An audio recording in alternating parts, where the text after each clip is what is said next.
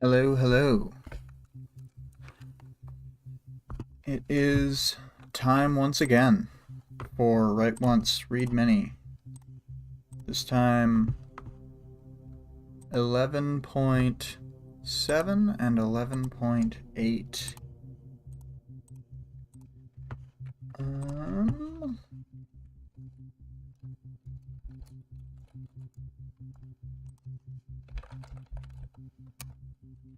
Alright, got the link out there. So we've got the speed draw going on of the 11.7 scene. It's at the mall during the beginning of the big fight. It's 2 plus 4 times 5, and Vale say hi. Hello, hello. So, as a reminder for the audience participation question, it is for 11.8. Would you join Skitter if you were Charlotte/Sierra? For themes, I thought there's definitely like huge themes of like power dynamics and so forth between like Taylor Lisa and Charlotte Sierra. Kind of all of it, but the way that they leverage their existing power to get more minions, what have you, employees. But yeah. So I didn't have a lot on the themes. But I don't know, I guess just starting in on 11.7, even before the intro music has totally died down. Taylor's group is trapped in the mall by Labyrinth's power, but at least no one is really trying to fight them anymore. Like before, when they had a bazillion merchants trying to knife fight them constantly. And I don't really know why, but the version in the speed draw is upside down from the version like the final art. Don't really know what that's about. But Vale says, I don't think I'd want to visit a mall designed by Labyrinth. I think it's one of those things that would be very risky, but also awesome. So, hard to say. I might.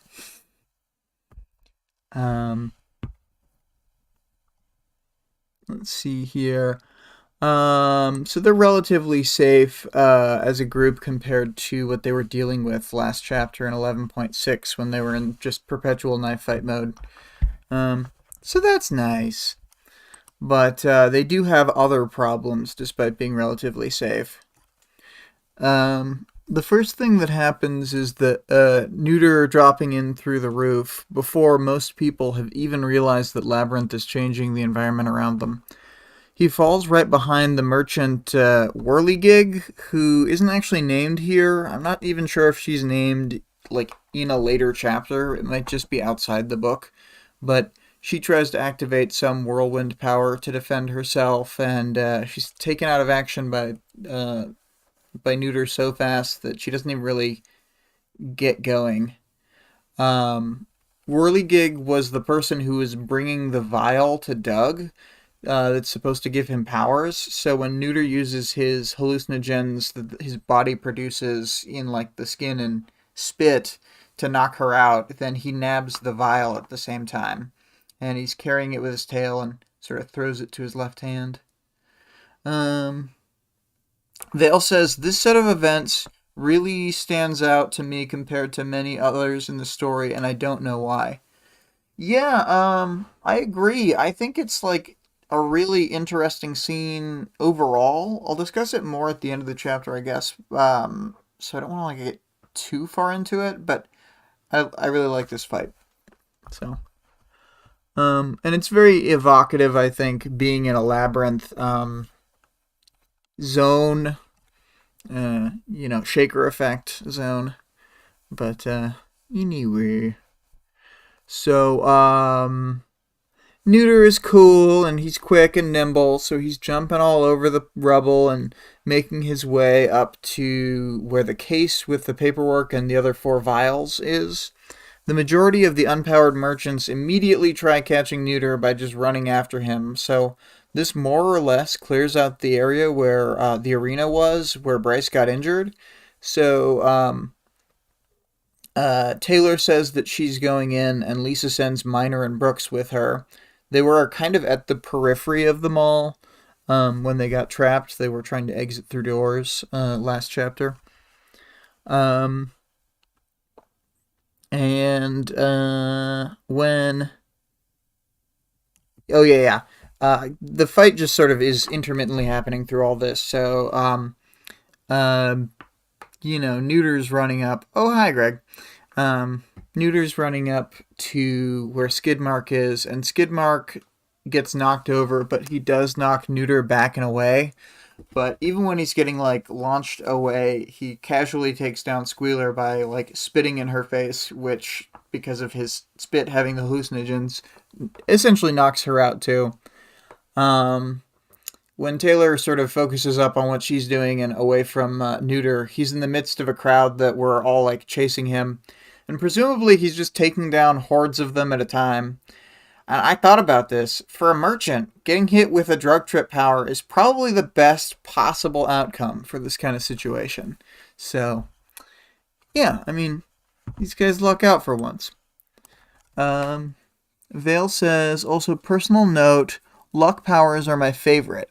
Nick from Superpowered's, Matt Cawthon from Wheel of Time, 2 all-time favorite characters, probably in large part due to them being luck-based. I want the new Fault Line member to play more of a role. Or I wanted the new Fault Line member to play more of a role. I mean, she takes out, several people. I guess we'll go through it as we go through it, but I feel like she does play a big role. The changes to the mall are getting more pronounced moment to moment, and the area is actually better lit than before as massive torches appear from the walls. The merchants on the platform have less and less room as a gigantic statue hand begins emerging toward them, and Miner has to pull Taylor back as stone walls are coming up from the floor like a video game puzzle, and Labyrinth forms her namesake structure. What we got here? Domino from Deadpool 2, 2018, also had fun luck powers. Vale says, Domino is one of those... Domino, those scenes are so good. Oh, Heart Domino, those scenes are so good. That's how the sentence forms. I see. Anywhere. So the walls at the outside edges of the mall were altering now. More faces and body parts making themselves apparent, like statuary or reliefs. Limbs intertwined, and nude figures decorated the interior walls of the mall, each tall enough to exude from floor to ceiling, animated so that they moved with a glacial slowness. With a surprising speed, the interior of the mall was coming to resemble some kind of temple. And, that is precisely what you see portrayed in the art, so, yeah. Taylor acknowledges to herself that she's kind of freaking out with Labyrinth doing the most like this. She wasn't all there, mentally, so the only thing holding her back was the person telling her what to do. Yeah, Taylor doesn't seem to think of Labyrinth as a person with her own agency in regards to what she does, then thinks that nobody had been hurt was purely by her choice. So it kind of walks up to the line of contradicting her own thoughts earlier, but I get what she's saying. She's basically saying that, Labyrinth could be used by someone to just kill people, but I don't know. I don't think that's actually true, based on Labyrinth from later, but, classic Taylor putting another nail in the ableism coffin she keeps trying to build for herself. Whoa, that was a typo. Fault Line not Faultline. Faultline, Gregor, and a cape that we will know as Shamrock, and I'm just gonna say Shamrock because it's like weird to be like the cape with luck powers. Like I'm not doing that. Too annoying. They all slide into the room on poles made by Labyrinth. Trainwreck tries to break the poles to disrupt them, but Shamrock shows off a bit while she's falling, and in the end is sort of yeeted over into the maze by Trainwreck. But Labyrinth tries to use this distraction to put a little pillar beneath the case of vials. I thought this was really cute, and just send the pillar pushing the vials up toward her like a little elevator platform. But of course, when Skidmark notices this, he uses his power to push the case off the ledge, and it tumbles a couple of the papers into the air, fluttering in different directions. In a far shorter amount of time than Taylor had expected, Shamrock is back near Trainwreck, and Taylor doesn't know yet that Labyrinth can, on a person-to-person basis, let people move through the area as though she wasn't using her power. So, Shamrock shoots at Trainwreck, who goes to guard his exposed head with his, power armor with the arms, and then seemingly that's what she wanted because she lines up a shot and ricochets it so that some of the flecks of her like shotgun shell knock into his jaw without risking actually killing him outright. So this is one of the many instances of her using her luck power. I also think that she used her telekinesis luck to not get hurt when falling from the destroyed pillar, and that's when she was showing off a bit. And then when she gets launched over the walls of the maze, then I think she's able to land without hurting herself at all. And I mean, she's lining up where shotgun shots for the individual flecks are going to go with the telekinesis power. And we'll see in a minute, she's just completely unfazed by random powers like Scrubs. But even as things get crazy, Taylor decides that they need to act now during the battle or they'll lose their window of opportunity. She goes all determination mode. There was no way I was going back without him. The intensity of the emotion I was feeling on the subject surprised me. She thinks about how she can't bring herself to tell Sierra she failed at the same time she already has to tell her about Bryce joining the merchants. Then she self-justifies that she's doing this for the rep. Yes, definitely, just the rep, no other reasons. And then she kind of thinks about family and realizes that, in fact, she's probably doing this because of her encounter with Danny on the beach this morning in 11.1, before she announced her territory. Miner gives Taylor and Brooks a boost over the wall. Taylor reveals to him that she's Skidder, and he's unsurprised. She starts to lead him through the maze with bug arrows so that he can try and catch up to them on the ground. Greg says she was just about to leave last chapter too, but then all the doors disappeared. Yeah, I think when she was going to leave, it seemed like they were going to be like, they should like run away during the big fight and then come back. But then once they were sealed in, she's just like, fuck it. And I mean, it ends up being the right call because he's so injured that he probably would have had like worse blood loss, etc., had they waited, or even died. But where was I? So Brooks and Taylor move on as Trainwreck breaks a bunch of stuff until Faultline cuts the legs off of his big power armor suit. He falls the fuck over, and Faultline and Shamrock move on as Labyrinth provides them a way up to the platform. At the same time, the merchants are finally getting zoned off the platform by one of the slowly emerging statues. With everyone's attention elsewhere, Taylor sneaks up to Trainwreck, and between a bold question, Trainwreck, are you still working for Coil, or did you leave? And a few winks and nods. If you were working for the man, maybe you could find some excuse to knock over that wall over there. He needs to keep up his kayfabe, so his responses are respectively, "No idea what you're saying," and "You're fucking nuts," as he proceeds to do exactly what Taylor asks him for. This is another instance where she uses her luck and telekinesis because Shamrock turns around at the thrown rubble, stares at it, and then it just conveniently goes directly between her and Faultline without either of them having to change course or anything. So, yeah, I don't know. I think that Shamrock kind of does do a lot. um, Taylor manages to find Bryce, his girlfriend, and her mother. Or I should sort of redo that. Taylor manages to find Bryce. His girlfriend and her mother were dead from one of the uncontrolled scrub power blasts. And he was also hit by one of the blasts and is missing part of his hand.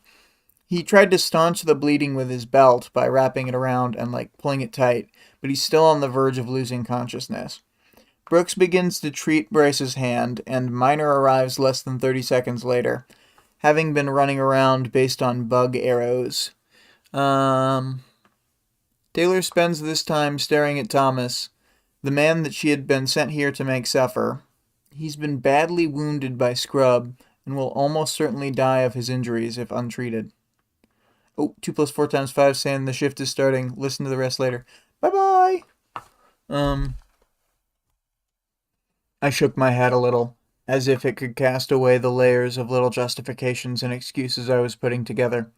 I was searching for a rationale, a reason to leave him behind. Also, maybe, I suspected I was trying to give a reason to the fact that I had almost no sympathy for the man. If I was going to leave him there, I'd own up to what I was doing. "You want me to bandage him up? Don't know how much I can do." "It's fine. Focus on the boy." Yeah, that was my Brooks accent. Again, nobody knows how Brooks sounds. It's very unclear by the text. He's sing-songy. They start making their exits, and Taylor takes in the battle again for a moment.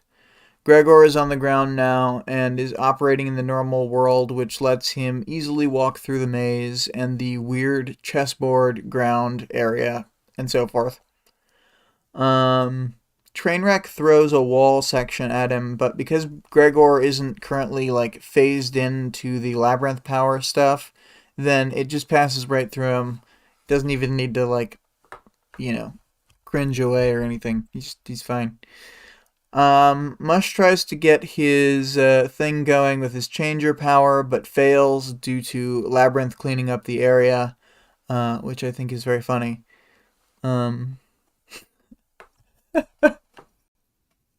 Greg says, "Leave him, or we'll never make it." Some sort of bug Palpatine, probably. Yeah. Oh my god, I never thought of it. She's totally pulling a Sheev right now.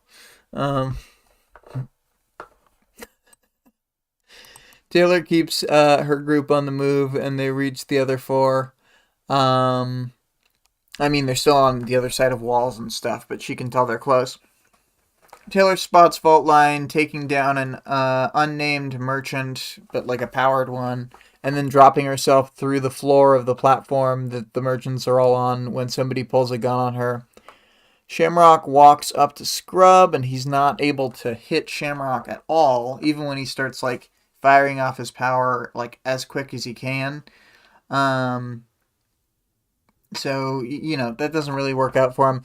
And she doesn't shoot her gun at him. She just tosses him over the side of the platform. And then Gregor seemingly has 3 people locked down. One hand he's splashing back and forth between Trainwreck and Mush. And they're both just unable to really do anything because Trainwreck's probably stuck in place with the legs all broken. And then Mush, not being able to go into his changer form. Just kind of fucked.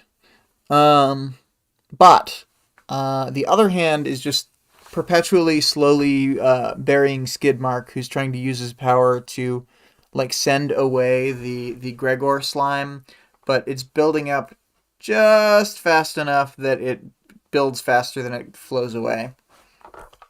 So, I'm sure that they all look really cool after this, being so covered in slime. Um, and that people really, think that they're awesome. And it doesn't make them look terrible in front of their very image-based followers. So Taylor and the others have to work pretty hard to get Bryce over the wall. Taylor notices Fault Line getting back on the platform from the side and sort of kicking the ass of the guy who pulled the gun on her. Um, Taylor thinks through the state of the fight, and essentially Fault Line's crew has stomped the merchants with seemingly no injuries on their side. And once she realizes that things are over, the last thing Skidmark does is use his power on the inside of the case to fling the contents and scatter them about the room. The majority of the paperwork was still in there and starts to fly everywhere.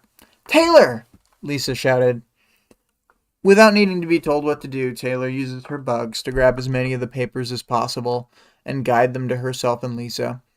Once they have the papers, Lisa leads them to a corner where there's an exit because it's just far enough away from Labyrinth to be out of her range. It doesn't really look like anything to Taylor, but Lisa's like, it's the blank spot. It's the empty spot with no statues. And she's like, I guess. And then they sneak out of there. I guess they gotta kind of crouch or crawl because it's only 3 feet tall, the exit. But the group is... They get to the parking lot and some merchants are running away, but they're not accosting them. It's a full retreat for the merchants.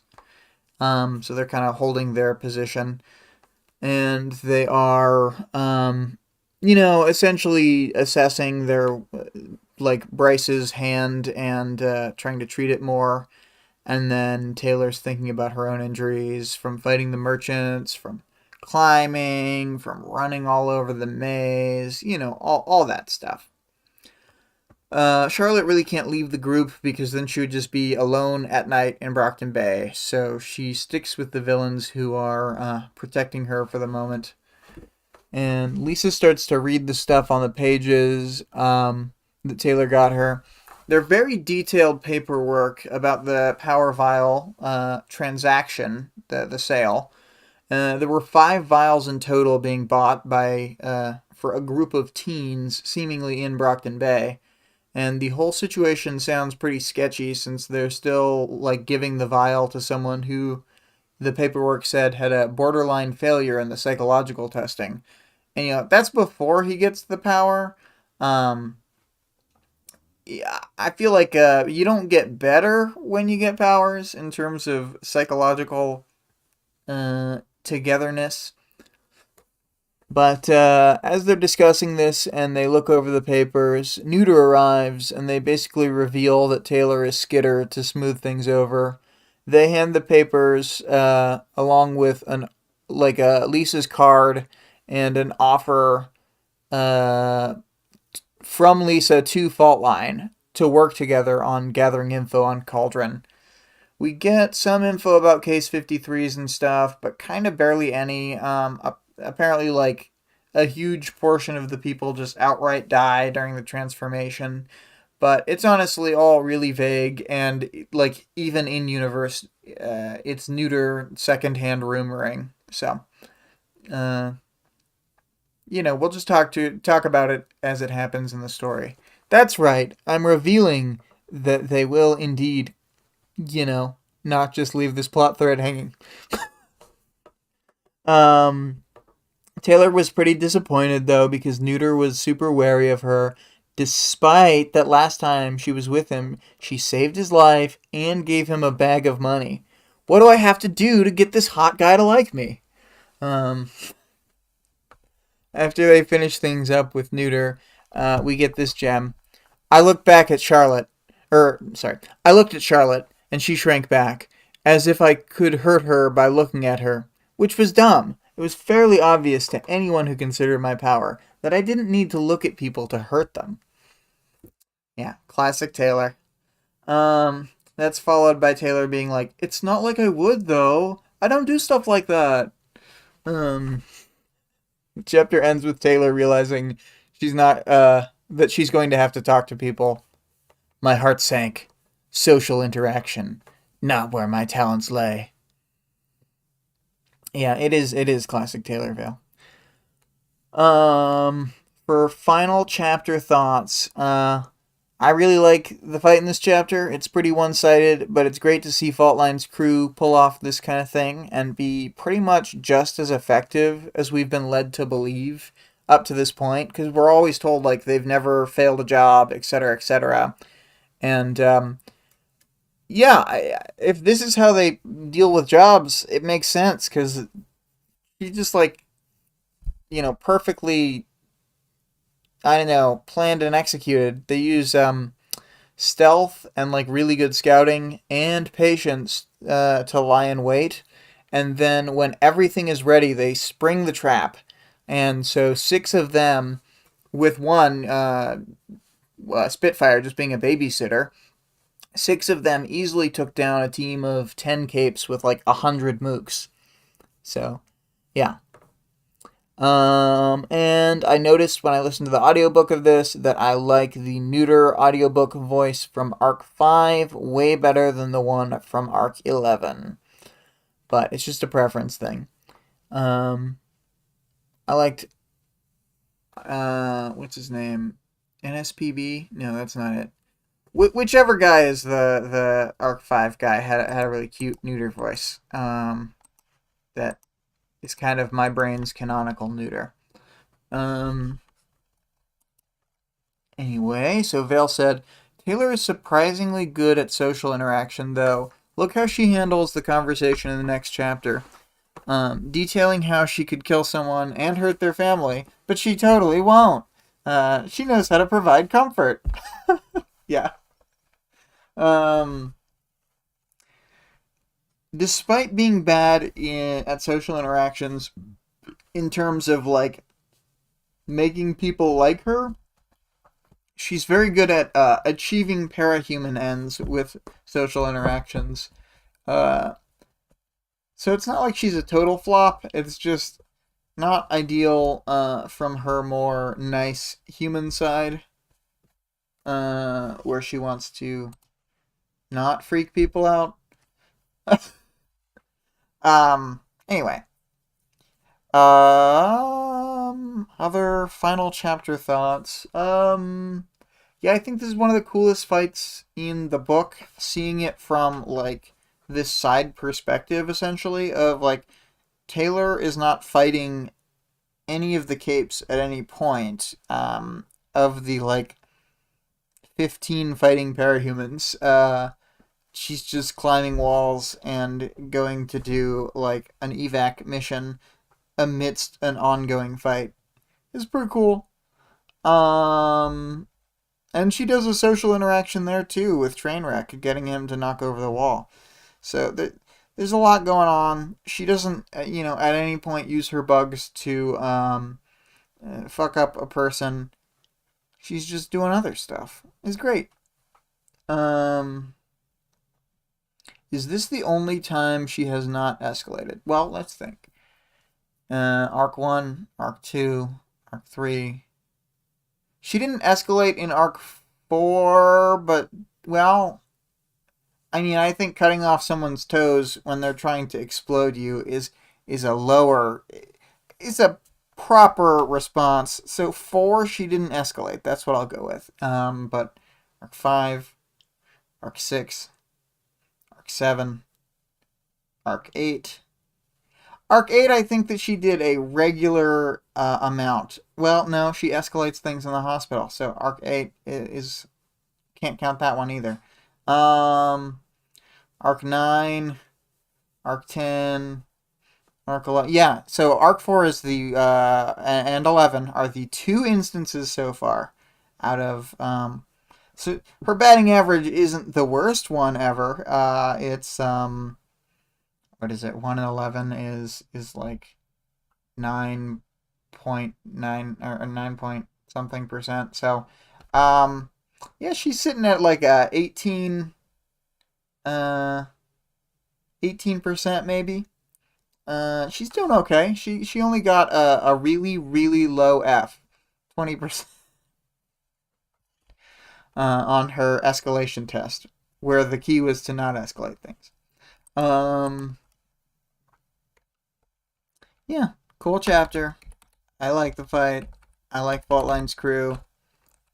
We kind of don't get to see enough of them, but it leaves them like within the whole book. But it leaves them still seeming really awesome because we don't see them that often in an actual fight. We see them negotiating several more times than we ever see them fight. But anyway, Vale says turning over a new leaf here, just doing things and leaving instead of starting a war on her way out. Yeah, yeah.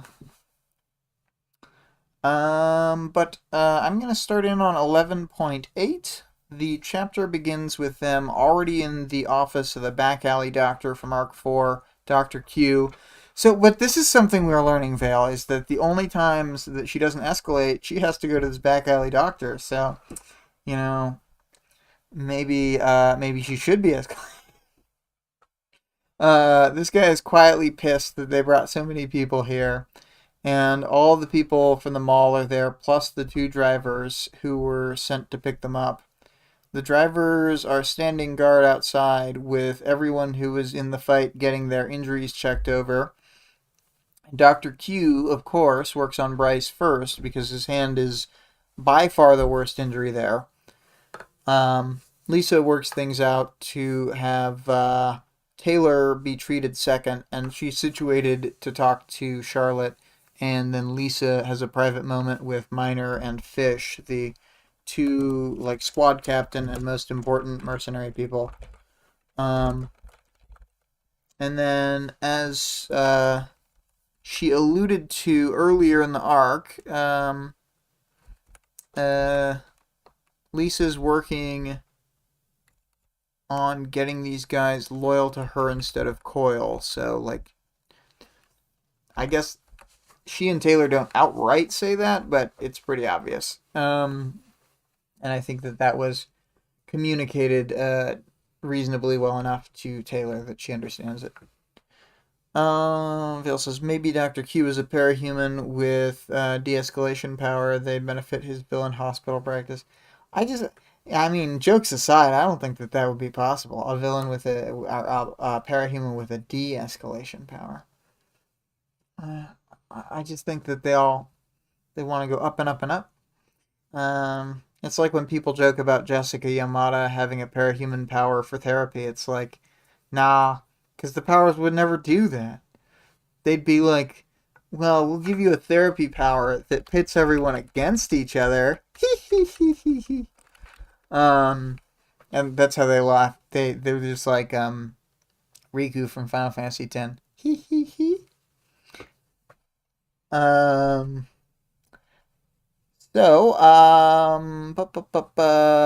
Charlotte looks spooked. Charlotte knows that Taylor knows that she knows, and Taylor's sitting cross-legged on one of the beds and has Charlotte sit on the bed across from her. Um, I don't know what to do with you.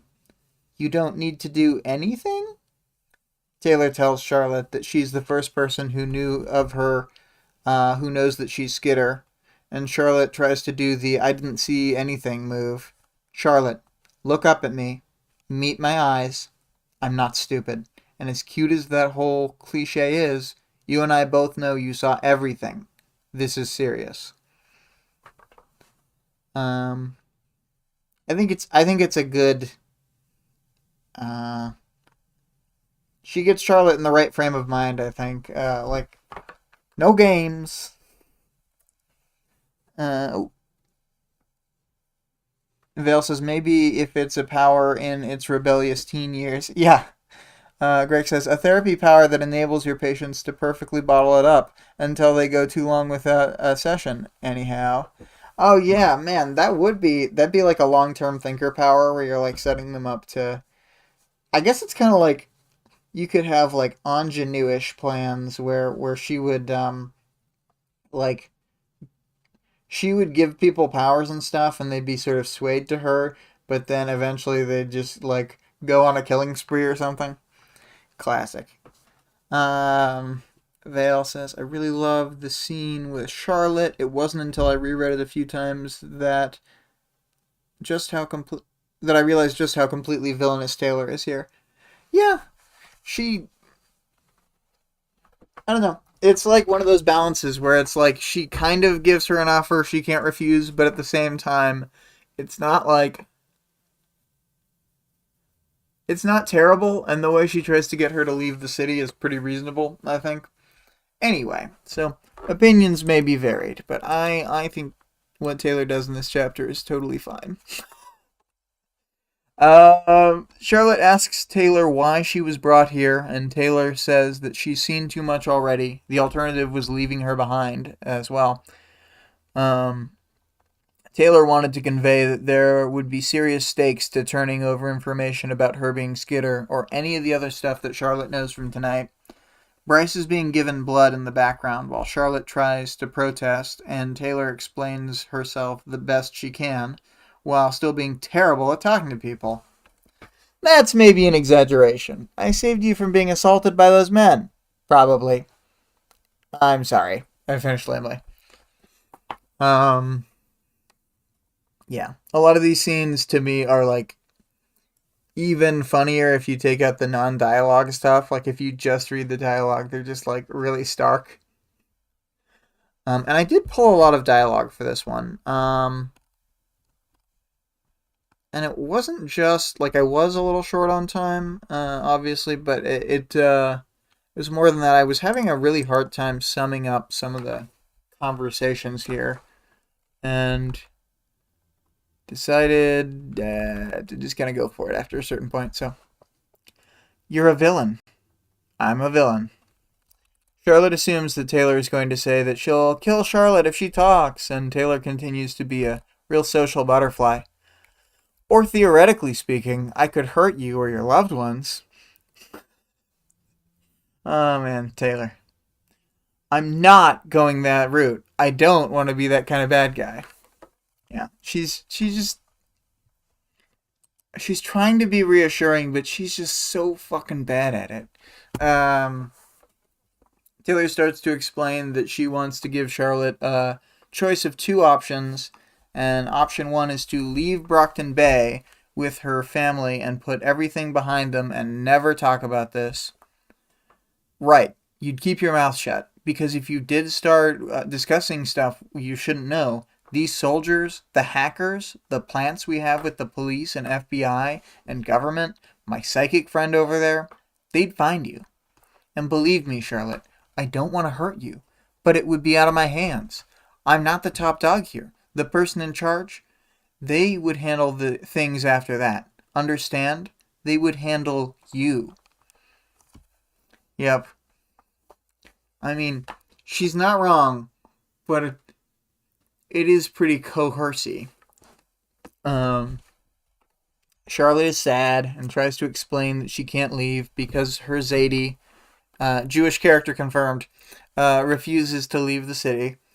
Taylor tries to say that she could explain what happened to her family, and Charlotte says no and buries her face in her knees. Taylor begins to explain option 2 and tells Charlotte to let her finish before she says anything.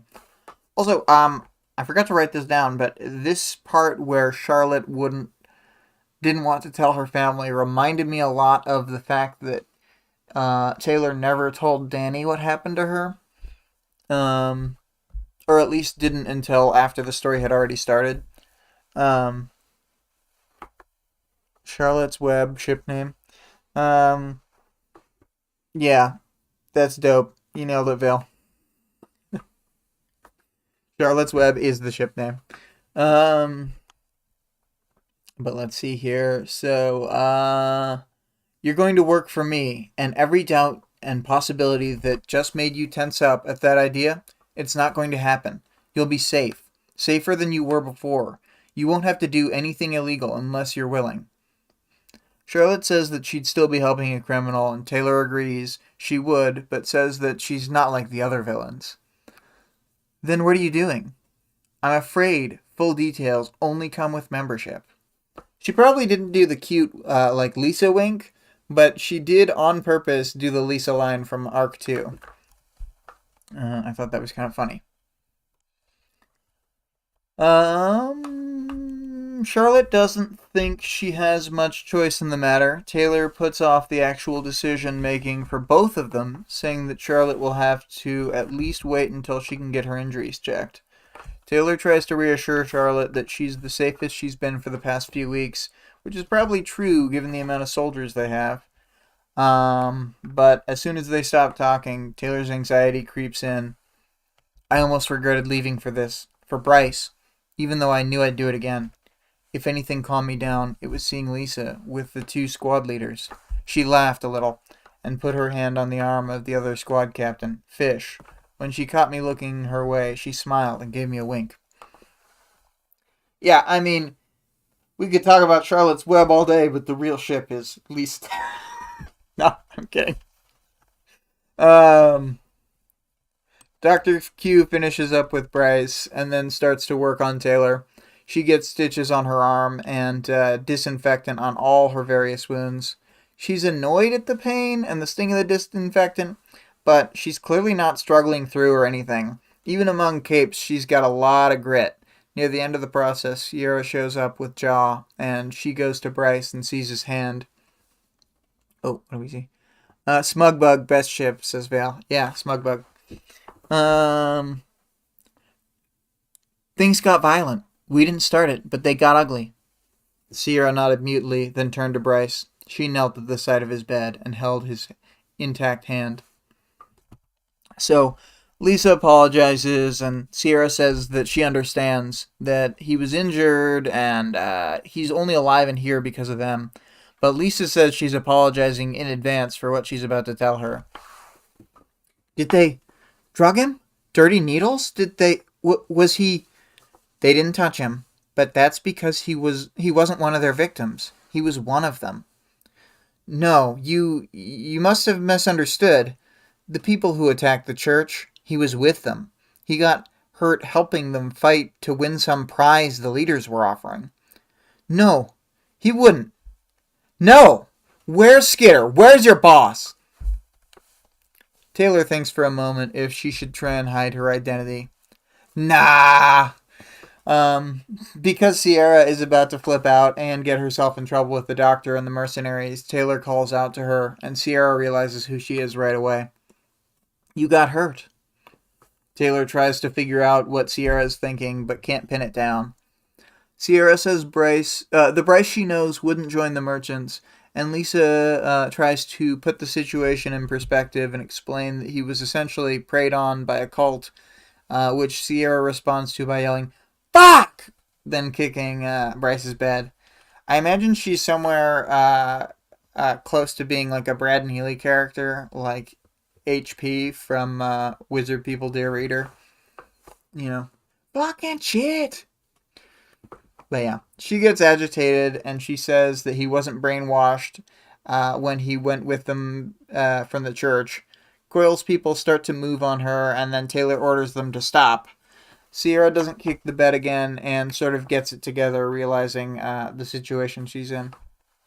But Taylor says that Bryce isn't going to get off easy, losing the fingers. The doctor confirms that he'll be able to keep what's left of his hand. Oh, sorry, I forgot to... Boop.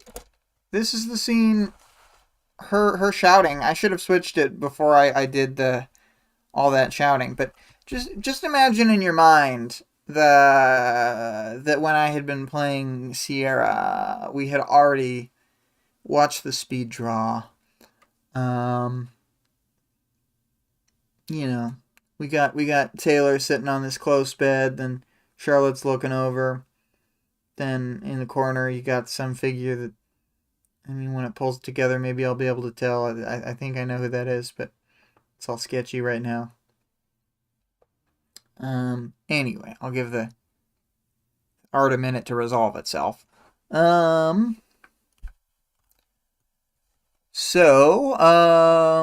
bloop, where was I? Taylor says that they need to figure out what to do with him, and Sierra realizes that she means that he might run away again if they don't handle the situation right. Dr. Q moves on to checking Charlotte's injuries in the background of the scene. and Sierra asks if Taylor can keep Bryce for the time being. She doesn't think that this would work because she just has the barracks and he could just run away if he wanted, and also explains that the merchants are more or less done for. Sierra asks if this is because of Taylor, and she explains that someone else had embarrassed the leaders pretty bad tonight, but doesn't really explain the situation. Vale says, it's such a giveaway for Sierra, a tall, spindly girl with curly hair covered in a swarm of spiders. She definitely had the spiders on at all times, yes. Doop, doop, doop. Sorry, I'm going to take a drink of water.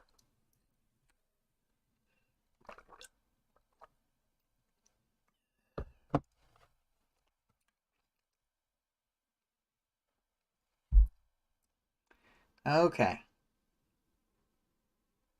So, now onto the resolved version. So yeah, I think this is a really good thing.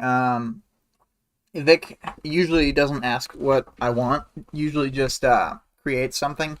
But last night she asked about like what's a good scene from 11.8. There's not a lot of visually evocative stuff, and I was just like, I think when Sierra and Lisa are talking, that's a really good moment and scene. So yeah. I'm really happy with how it turned out. I'm glad that we got to see Charlotte and Sierra both during this arc. Oh yeah, and the figure in the corner, as I sort of suspected, is Dr. Q. But yes. Let's see here. Moving back to the thingy. Sierra asks about the people from the church finding Bryce. They're not a consideration anymore. Because of what I asked you to do? In small part, because of that, yes. Taylor moves the conversation along, and Sierra just asks if Taylor could... She just, like, fully asks if Taylor can imprison Bryce, and Taylor says that this will just make him resentful, and he would definitely run away once he could. Unable to come up with a solution, Taylor calls Lisa over, and she says she'll hire him to be one of her mercenaries, and the soldiers can keep him in line. Sierra is worried about the details and wants to join alongside Bryce, but Lisa convinces Sierra to work for Skitter instead. I've shortened this a lot, but it's like kind of a long back and forth, and I think this section is really good too. Like them tag team convincing Sierra goes better than the like conversation between just Taylor and Charlotte, even though I mean Taylor is in like a position of a lot of power in both situations, I guess, but like I don't know, just Taylor and Lisa do really well when they work together here. But let's see here. Yeah, Lisa convinces Sierra to work for Skitter instead. You don't work for Skitter? Partners, believe it or not. We're controlling different territories. Oh, 2 territories. 9. 9 villains, 9 territories. The city is getting better, and the police, and the people in charge aren't. Sorry, the city isn't getting better, and the people in charge aren't up to the task. So we're taking over.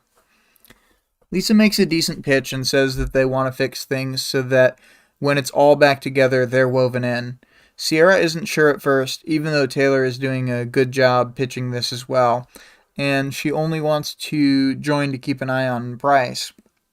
Lisa and Taylor basically address each thing she brings up until Sierra agrees to join, although she does make it clear that if she wants to leave, she'll leave with Bryce in tow at the drop of a hat. Lisa sends Taylor and Charlotte home to Taylor's new base that we had been in earlier in the arc. And they...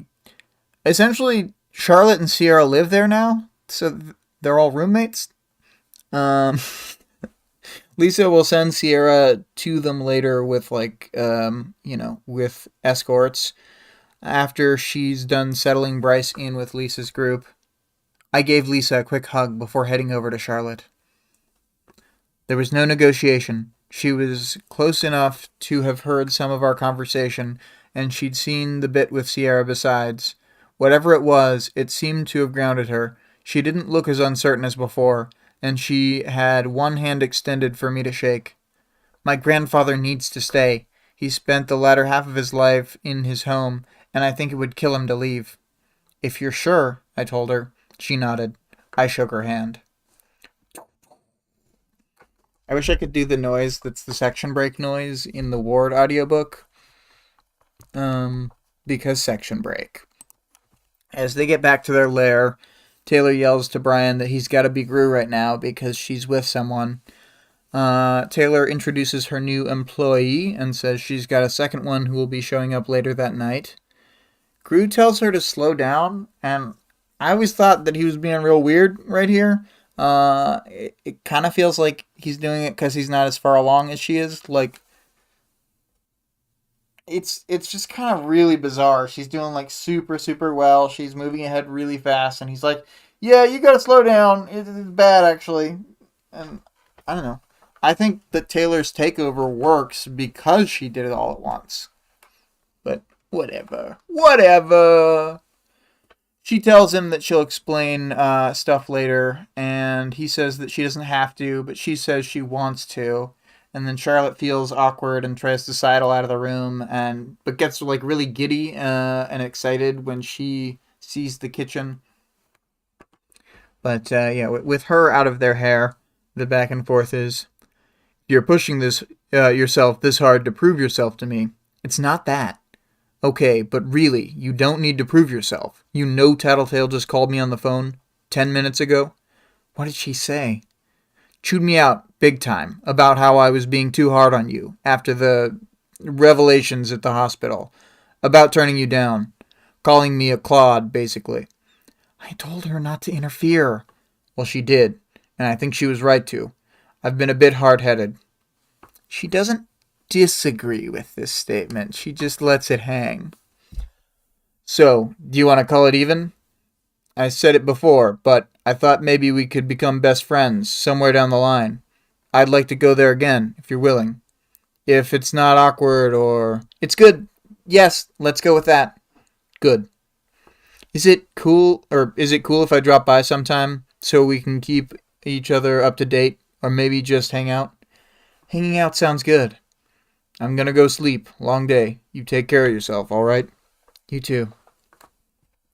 I didn't know how to write this into a proper joke because it would have broken the flow of the whole thing, but I thought it would be funny if when he was like, "So we can keep each other up to date," she had just like only heard the word date and like, "Yeah, we can go on a date. I mean, what?" Greg says, "It's the real sign Brockton Bay is in a bad way. The average citizen is super psyched up to see pasta." Yeah. So Charlotte uses the oven to make like cookies or whatever, and Taylor thinks of her as my new minion, which I thought was really funny. Um,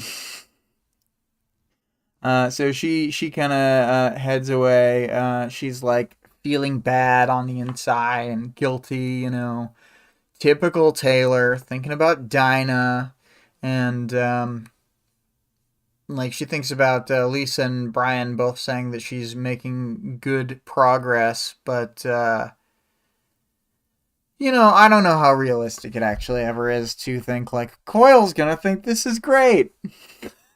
I don't think Coyle was ever like planning to work with her long term. It just doesn't make any sense.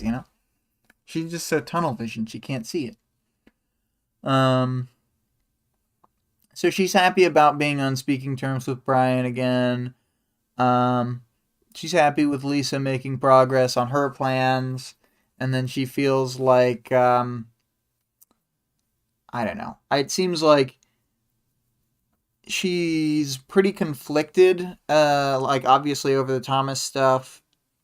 And she has I think she has a pretty negative self-image because like the whole villain baggage. I think later she'll be able to say like I'm a villain and feel like fine or even proud about it. But here she's like no, I'm the bad kind of villain.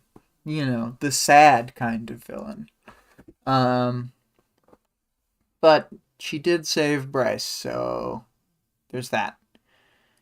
So right at the end, the last paragraph is, all in all, if I didn't think too hard about it, I could feel cautiously optimistic for the first time in a long while. For the first time in weeks, months, I could feel like everything just might work out. Hilarious. The irony. Oh, the irony. Yeah. Bale says, keep each other up for dates. What? So final chapter thoughts. I love this one. It's all talky. It's just a full denouement. It's an after action report, but it's great. I think it's really well done. Yeah. Really good interactions with Charlotte and Sierra. We start to flesh out these characters who we'll see more often. Because my villain boss is my roommate. They're really living in like a Wattpad fan fiction story right now. The Charlotte's Web fan fiction ship is definitely real in these chapters. And really written by a 12-year-old. Let's see here though. I guess I don't have that many extra final chapter thoughts. I just think that this is a really good one. As far as how this relates to the arc, it is of course the climactic rescue scene for 11.7 and the like denouement before we get the second arc of arc 11, where it's all interludes for eight chapters. So there's going to be 4 weeks of basically we're going to do 2 interludes on each week. And as people who have read before know, each of them is for a different character, so it's very fun to get to see from so many different people all in a row, just like in the Wards arc. I really like interludes. A few of these had really bad recordings in the original audiobook, but I think that the 2 chapters that I disliked the recording of were both replaced at this point. So, but if not, it's fine. We'll live. Anyway, moving on to the characters section. We see kind of a lot of people. There's like everyone in Fault Line's crew. There's like half-ish of the merchants get described doing things. But I mean, we don't learn that much about their character from this, other than we learn how like effective and professional the Fault Line's crew people are. And I guess we see how quickly the merchants crumble, which we would expect, honestly. I don't think anybody didn't see that coming. Trainwreck, I think, is interesting, at least, because we get to see Trainwreck have that moment where he's like, I ain't never heard of Coil or anything similar to that neither, and then he still punches down the wall. I think it's fun. Then for Fault Line's crew, we see Shamrock show off a bit, so we get a little personality, but like, and we get to see Fault Line pull like a cool trick where she falls through the floor, then comes back around from the other side, but we don't get like that much personality out of them. They're mostly just very efficient. So, then I guess a lot happens with Taylor in this, with her internal conflict about saving Thomas or not saving Thomas. And then sort of dealing with those feelings. And this is something that she's going to be thinking about for the rest of the book. She's going to think back to the situation and reference back to it when she's like listing off her bad deeds, like from here on. So this is not a one and done fight. And then Who else we got? Who else? We got Charlotte. She's very scared, but just sticks with the group. And then in this next chapter, of course, we see that her family loyalty to her grandfather is enough that she's willing to work for a supervillain. Although it is a supervillain that she's met before, and from the very little interaction they've had so far, seems like not that bad. Um, we got Sierra. Sierra is, of course, pretty upset about Bryce. I don't really need to list Bryce in here, I don't think, because he doesn't do anything. He's just like mostly passed out, and then they pass him over a wall. So Sierra, like, I really like this character. I think she's really, really like necessary for Skitter to bounce off of in the next few arcs. And to have someone with like a more grounded perspective to talk to. So yeah. Oh, you know what? Minor and Fish. I'm gonna add Minor and Fish in here. Tattletale is, as mentioned before, spending an awful lot of time working on the relationships between her and the other mercenaries. So yeah, it's going pretty well. So moving on to the powers, knowledge, and world building. Taylor is both bad at estimating distances and numbers and has perfect knowledge of positioning.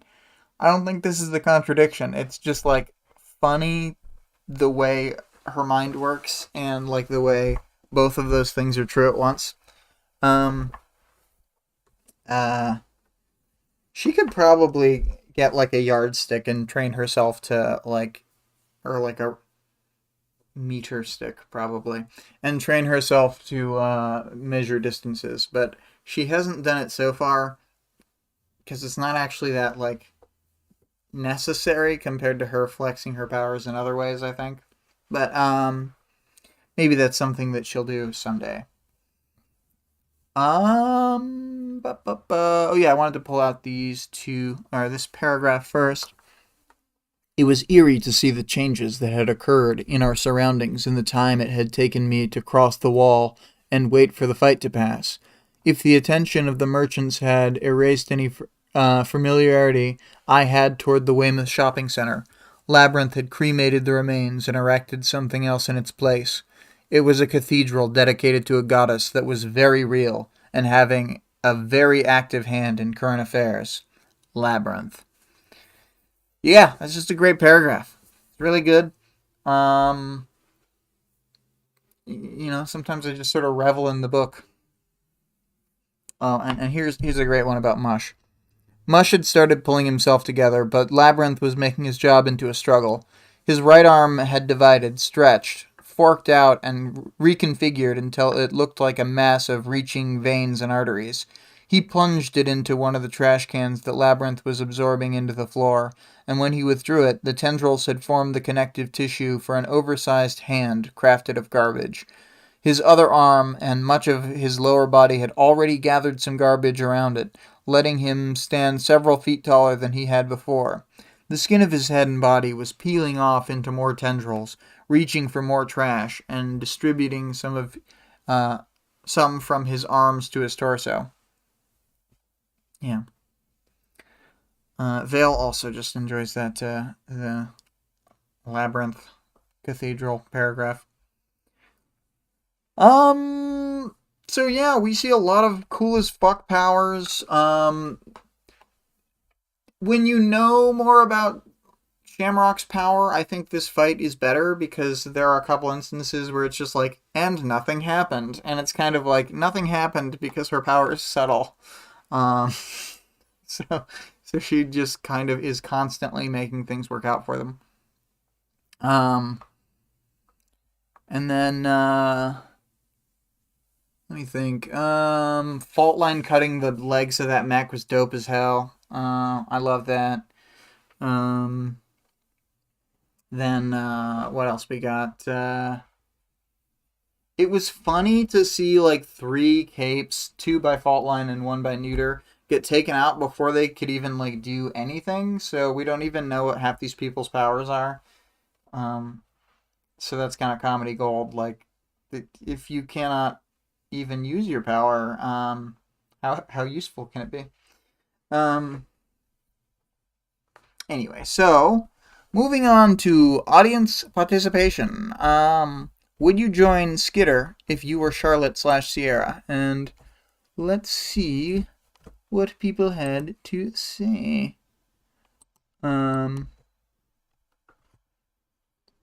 Bill says, yes, absolutely. She kicked out the gang/merchant presence, talked to the local hero about it in front of everyone, claimed protection for this area. Yes, I'm in to help until more formal programs are reestablished. Cleaning up, taking care of the community, it's more than anyone else is doing. And then 2 + 4 × 5 had said, I probably would have joined Skitter if I was Charlotte/Sierra, but maybe not until after the other recruit had already agreed. Yeah. Fair enough.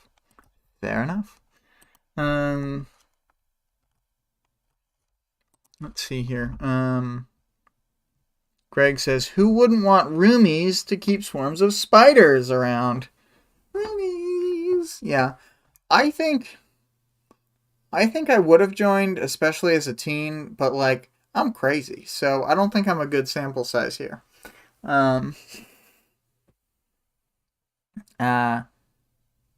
So sample data point, maybe. That's what I mean. But I guess that was a pretty short one. Next week we are doing 11A and 11B.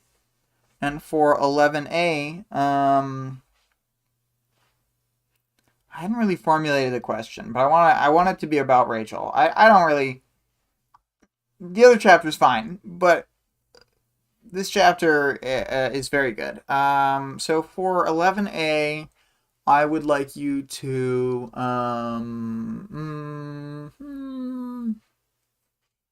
I'll think on it, but it'll be a question about Rachel in some way, I'm sure. So, yes. Vale says, this is a set of chapters Wildbow wrote in a week, right? Yeah, I don't know if he wrote them all in a week, but I think they released 1 day at a time for 8 days. So it's kind of like the same way that Eclipse released during Ward. But I have no idea if he was banking them or if he just went absolutely nuts. A lot of these chapters are really excellent, if you ask me. 11A, I think it's 11C that's call-in. 11G, yeah, there's a lot of real great ones, but yeah. Vale says, he talked about it at some point, how he wrote them to match the schedule. I have no source, though. I could be wrong in remembering. Yeah, I don't know. Sometimes it's like hard to track down like trivia about it because he said it in like one place on like that forum they have. Anyway, as you can tell by the music beginning, I'm definitely leading into an outro. And because I didn't pick the questions, I can try and write one for 11A and 11B. It's only fair to Theo. The music used for this arc has been Suspense music, Post-apocalyptic, by CO.AG music. Great free music. They're on YouTube. I have a music surprise for next week, so that should be pretty good.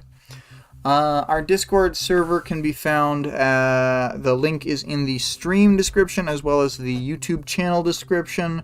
The author of the work being discussed can be supported on Patreon at patreon.com/wildbow.